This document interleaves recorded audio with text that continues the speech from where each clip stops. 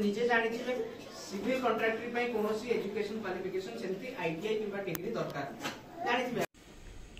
दक्षता विकास और वैषयिक शिक्षा विभाग आनुकूल्य अलंकार कारीगरी और ब्राह्मणी मिस्त्री दक्षता तालीम नेले बंडा जनजाति युवगोष्ठी। आदिम जनजाति बंडा बासस्थली होची मालकानगिरी जिला। आदिम जनजाति को उन्नयन निमंते राज्य सरकार स्वतंत्र प्राधान्यता दे आसुअछन्ति। एही परिप्रेक्षी में दक्षता विकास और वैषयिक शिक्षा विभाग आनुकूल्य बंडा जनजाति दक्षता विकास निमंते स्वतंत्र प्रकल्प अनुमोदन करा जायछि।